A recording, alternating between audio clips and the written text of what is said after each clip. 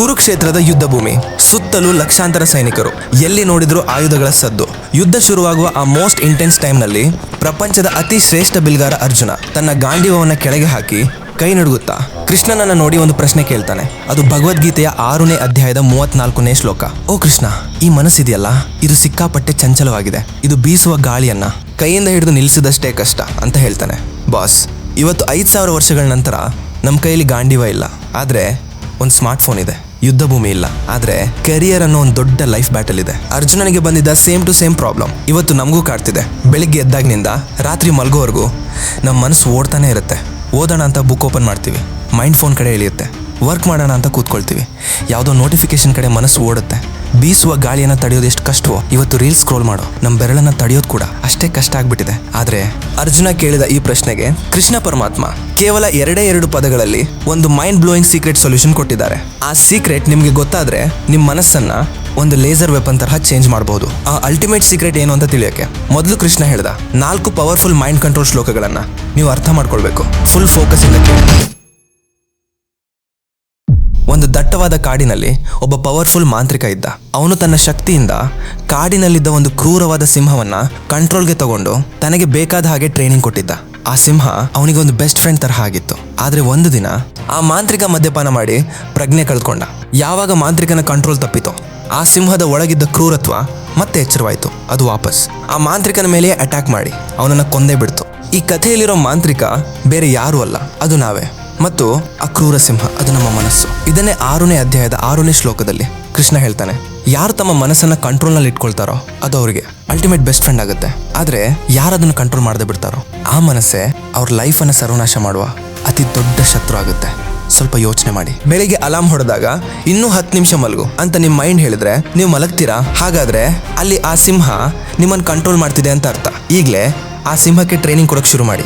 ಒಬ್ಬ ರೈತ ತನ್ನ ಹೊಲದಲ್ಲಿ ಪ್ರಶಾಂತವಾಗಿ ಕೆಲಸ ಮಾಡೋಣ ಅಂತ ಕೂತಾಗ ಎಲ್ಲಿಂದಲೋ ಒಂದು ಕೋತಿ ಬಂದು ಅವನು ಕೆಲಸ ಮಾಡೋ ವಸ್ತುಗಳನ್ನ ಕದ್ದುಕೊಂಡು ಓಡಿ ಹೋಗ್ತಿತ್ತು. ರೈತ ಕೋಪದಿಂದ ಅದ್ರ ಹಿಂದೆ ಓಡಿ ವಸ್ತು ತಂದು ಮತ್ತೆ ಕೆಲಸಕ್ಕೆ ಕೂರ್ತಿದ್ದ. 5 ನಿಮಿಷಕ್ಕೆ ಆ ಕೋತಿ ಮತ್ತೆ ಬರ್ತಿತ್ತು. ಇವತ್ತು ನಮ್ಮ ಲೈಫ್ನ ರಿಯಲ್ ಸ್ಟೋರಿ ಕೂಡ ಇದೆ. ಆ ಕೋತಿ ಮತ್ಯಾವುದೋ ಅಲ್ಲ, ನಮ್ಮ ಚಂಚಲವಾದ ಮನಸ್ಸು. ಹಾಗಾದ್ರೆ ಇದಕ್ಕೆ ಸೊಲ್ಯೂಷನ್ ಏನು? 6ನೇ ಅಧ್ಯಾಯದ 26ನೇ ಶ್ಲೋಕದಲ್ಲಿ ಕೃಷ್ಣ ಒಂದು ಅಲ್ಟಿಮೇಟ್ ಸೈಕಲಾಜಿಕಲ್ ವೆಪನ್ ಕೊಟ್ಟಿದ್ದಾನೆ. ಕೃಷ್ಣ ಹೇಳ್ತಾನೆ, ಓ ಅರ್ಜುನ, ಈ ಚಂಚಲವಾದ ಮನಸ್ಸು ಎಲ್ಲಿಗೆ ಓಡಿ ಹೋದ್ರೂ ಕೋಪ ಮಾಡ್ಕೊಳ್ದೆ ಪ್ರಶಾಂತವಾಗಿ ಅದ್ರ ಹಿಂದೆ ಹೋಗಿ ಅದನ್ನು ವಾಪಸ್ ತಂದು ನಿನ್ನ ಕೆಲಸದ ಮೇಲೆ ಕೇಂದ್ರೀಕರಿಸು. ಇದನ್ನೇ ಮಾಡರ್ನ್ ಸೈಕಾಲಜಿನಲ್ಲಿ ಅಟೆನ್ಷನ್ ರಿಸೆಟ್ ರೂಲ್ ಅಂತ ಕರೀತಾರೆ. ನಾವು ಮಾಡೋ ತಪ್ಪೇನೆಂದರೆ ಕೆಲಸ ಮಾಡುವಾಗ ಮೈಂಡ್ ಡಿಸ್ಟ್ರಾಕ್ಟ್ ಆದರೆ ನನ್ನ ಕೈಲಿ ಫೋಕಸ್ ಮಾಡೋಕ್ಕಾಗ್ತಿಲ್ಲ ಅಂತ ಬುಕ್ ಕ್ಲೋಸ್ ಮಾಡ್ತೀವಿ. ಆದರೆ ವಿನ್ನರ್ಸ್ ಏನು ಮಾಡ್ತಾರೆ? ಮೈಂಡ್ ಓಡಿ ಹೋದಾಗಲೆಲ್ಲ ವಿಕ್ಸ್ಕೊಳ್ದೆ ಸ್ಮೈಲ್ ಮಾಡ್ತಾ ಮತ್ತೆ ಅದನ್ನು ಕೆಲಸದ ಮೇಲೆ ತರ್ತಾರೆ.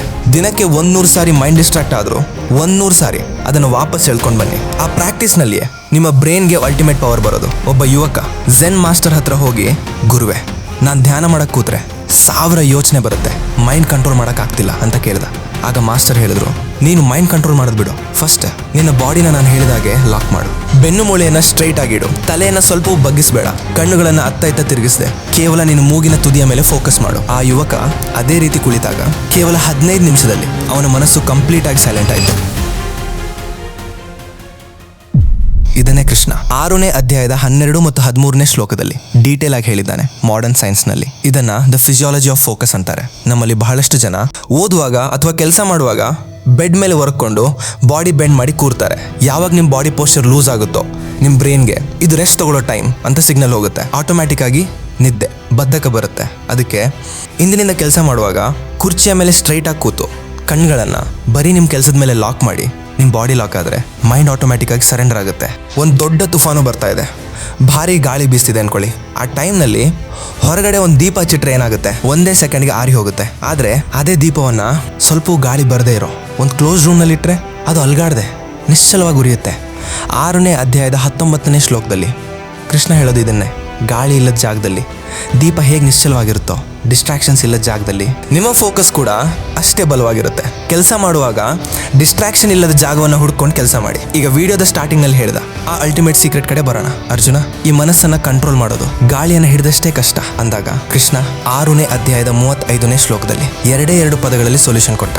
ಅಭ್ಯಾಸ ಆ್ಯಂಡ್ ವೈರಾಗ್ಯ. ಮಾಡರ್ನ್ ಪ್ರೊಡಕ್ಟಿವಿಟಿ ಭಾಷೆಯಲ್ಲಿ ಹೇಳಬೇಕು ಅಂದರೆ ವೈರಾಗ್ಯ. ಡಿಟ್ಯಾಚ್ಮೆಂಟ್. ನಿಮ್ಮ ಟೈಮ್ ವೇಸ್ಟ್ ಮಾಡುವ ಸೋಷಿಯಲ್ ಮೀಡಿಯಾ, ನೋಟಿಫಿಕೇಶನ್ಸ್ ಮತ್ತು ಡಿಸ್ಟ್ರಾಕ್ಷನ್ಸ್ಗಳಿಗೆ ಎನ್ನೋ ಹೇಳೋದು. ಅಭ್ಯಾಸ, ಪ್ರಾಕ್ಟೀಸ್. ನಿಮ್ಮ ಮನಸ್ಸು 100 ಬಾರಿ ಓಡಿ ಹೋದ್ರು ಬೇಸರ ಮಾಡ್ಕೊಳ್ಳದೆ ಅದನ್ನು ಮತ್ತೆ ಮತ್ತೆ ಹೇಳ್ಕೊಂಡು ಬಂದು ನಿಮ್ಮ ಕೆಲಸದ ಮೇಲೆ ಕೂರಿಸುವ ಪ್ರಾಕ್ಟೀಸ್. ಈ 2 ಸೂತ್ರಗಳನ್ನ ನೀವು ನಿಮ್ಮ ಲೈಫ್ಗೆ ಅಪ್ಲೈ ಮಾಡಿದ್ರೆ ಸಾಕು. ನಿಮ್ಮ ಮನಸ್ಸು ಅನ್ನೋ ಕ್ರೂರ ಸಿಂಹ ನಿಮ್ಮ ಕಂಟ್ರೋಲ್ಗೆ ಬರುತ್ತೆ. ಈ ಕರಿಯರ್ ಅನ್ನೋ ಯುದ್ಧದಲ್ಲಿ ನೀವು ಅಜೇಯ ವಿಜೇತರಾಗ್ತೀರಾ ಬಾಸ್. ಈ 4 ನಿಯಮಗಳಲ್ಲಿ ನಿಮಗೆ ಯಾವ ಪಾಯಿಂಟ್ ಅಥವಾ ಯಾವ ಶ್ಲೋಕ ಅತಿ ಹೆಚ್ಚು ಕನೆಕ್ಟ್ ಆಯಿತು ಅಂತ ಕಾಮೆಂಟ್ಸ್ನಲ್ಲಿ ಹೇಳಿ. ಮತ್ತು ಐ ಚೂಸ್ ಡಿಸಿಪ್ಲಿನ್ ಅಂತ ಕಾಮೆಂಟ್ ಮಾಡಿ. ನಾನು ಮತ್ತೊಂದು ಬೆಂಕಿ ವಿಡಿಯೋ ಜೊತೆ ನಿಮ್ಮ ಮುಂದೆ ಇರ್ತೀನಿ.